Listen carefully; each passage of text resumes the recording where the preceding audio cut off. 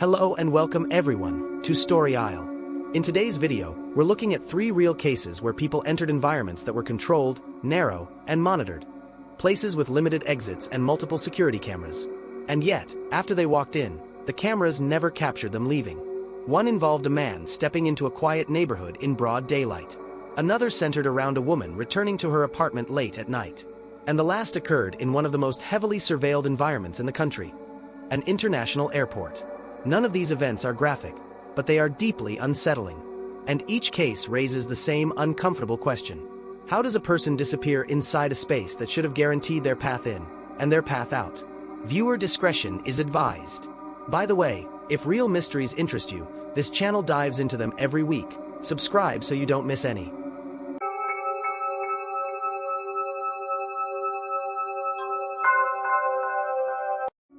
On the afternoon of December 13, 2009, 30-year-old Stephen Koecher parked his white Chevy Malibu on a quiet street in Henderson, Nevada. The weather was clear. The neighborhood was calm. And nothing about his movements suggested distress or urgency. Surveillance footage shows Stephen stepping out of his car, walking across the street, and heading down a sidewalk. He isn't carrying anything. He isn't checking over his shoulder. He simply walks out of frame and does not reappear on any other camera in the community. This becomes the last confirmed sighting of Stephen Koecher. Stephen grew up in a close-knit family in Utah. He was mild-mannered, polite, and deeply involved in church activities. He didn't use substances, didn't have enemies, and wasn't known to make impulsive decisions. But after the economic downturn of 2008, his financial life became increasingly unstable. He moved frequently for work, and his stress level grew, even if he kept most of it to himself. In the days leading up to his disappearance, Stephen made a series of long, unexplained drives across Utah and Nevada. Phone records show he was making calls about job opportunities, but none resulted in interviews or commitments.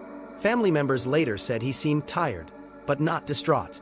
On December 12th, he left St. George, Utah, and drove south toward the Las Vegas area. He made several small stops, none of which provided any obvious clues. By the next morning, he was in Henderson. At 12 p.m., his car entered the retirement neighborhood where he would last be seen. He parked along the curb, stepped out, and crossed the street. The footage captures him walking toward a row of houses. And then he simply disappears from recorded history. He never returns to his car. He is not seen walking out of the community. No residents report strange behavior or a stranger at their door. The neighborhood has only a handful of entry points, all with traffic visibility. And yet Stephen is never captured again. When his family reports him missing, police locate his car exactly where he left it. Inside are his belongings, Christmas gifts, and work materials. There are no signs of a struggle and no clues suggesting he planned to go anywhere on foot. Investigators retrace every step of his movements over the previous week. They canvass the neighborhood. They review every available camera. They bring in search dogs, volunteers, and forensic specialists. But the timeline breaks the moment he steps behind those houses. Multiple theories emerge. A voluntary disappearance. A sudden medical event. A meeting arranged without family knowledge. A crime of opportunity. An unintended fall or accident in an unmonitored area. But none explain why Stephen would park in a neighborhood where he knew no one, walk toward homes where he had no connections, and vanish without leaving so much as a footprint. As of this recording, the disappearance of Stephen Koecher remains unsolved.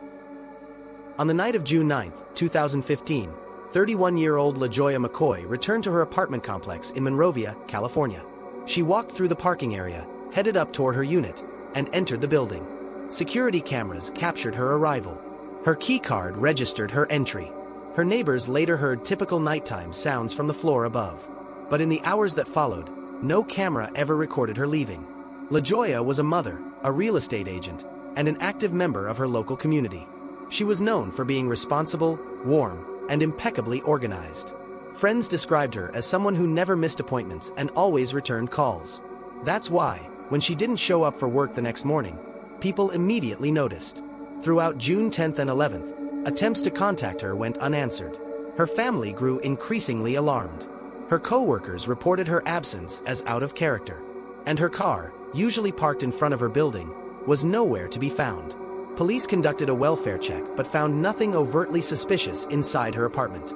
There were no signs of forced entry, no evidence of a struggle, no indication she had packed or left willingly. Yet the cameras at every exit point, front doors, side walkways, stairwell entries, showed no footage of her leaving the building. It was an impossible timeline. A person who walked into her home simply did not walk back out. 2 days later, her car was found parked several blocks away. Inside was evidence suggesting foul play. And shortly after, LaJoya's body was discovered in her vehicle. Investigators determined that she had been killed inside her apartment, and that her ex-boyfriend had disposed of her body and moved her car after the crime. But even with the case solved, one chilling detail remains.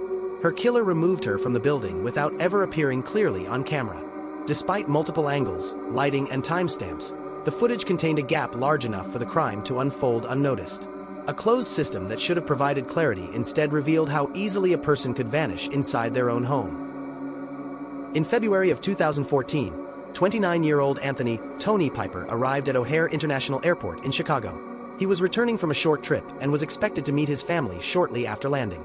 The airport cameras captured him stepping into the terminal walkway, moving with the crowds, and walking toward the baggage claim area. He appears calm. He doesn't seem rushed, and nothing about his posture or movement suggests distress. But after this point, the footage becomes fragmented.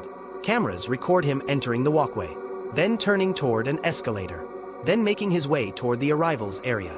And then, nothing. He is never captured leaving the airport, never seen passing through an exit door, never recorded walking into a parking lot, never tracked on security footage beyond the initial few moments after landing. O'Hare is one of the most surveilled airports in the United States. Dozens of cameras cover every hallway. Multiple angles overlap. Monitors track movement continuously. And yet Anthony's timeline breaks in an area where no break should exist. When he fails to return home, his family reports him missing. Police begin reviewing hours of footage from each terminal. Investigators attempt to recreate the route he would have taken based on his arrival gate. Search teams sweep through nearby hotels, roads, and transit stations. But no image, no witness, and no physical evidence ever reveals where Tony went after he stepped out of the arrival walkway. The working theories range widely. A medical emergency in an unmonitored area, a voluntary departure through a service corridor, an encounter with someone inside the airport, a fall or accident in a restricted zone, a purposeful disappearance. But none of these theories explain the absence of camera footage in a place designed to eliminate blind spots. As of this recording, the disappearance of Anthony Piper remains unresolved. 3 cases, 3 environments with controlled paths and limited exits, 3 cameras capturing a person entering a space, and failing to capture them leaving. Each case leaves behind evidence, timelines, and theories. But the crucial moments occur in the quiet spaces between camera angles, the blind corners, the unmonitored hallways, or the seconds where the footage simply doesn't exist. Thank you for watching. And if you want more real cases that make no sense, consider subscribing. Hopefully, I'll see you in the next one.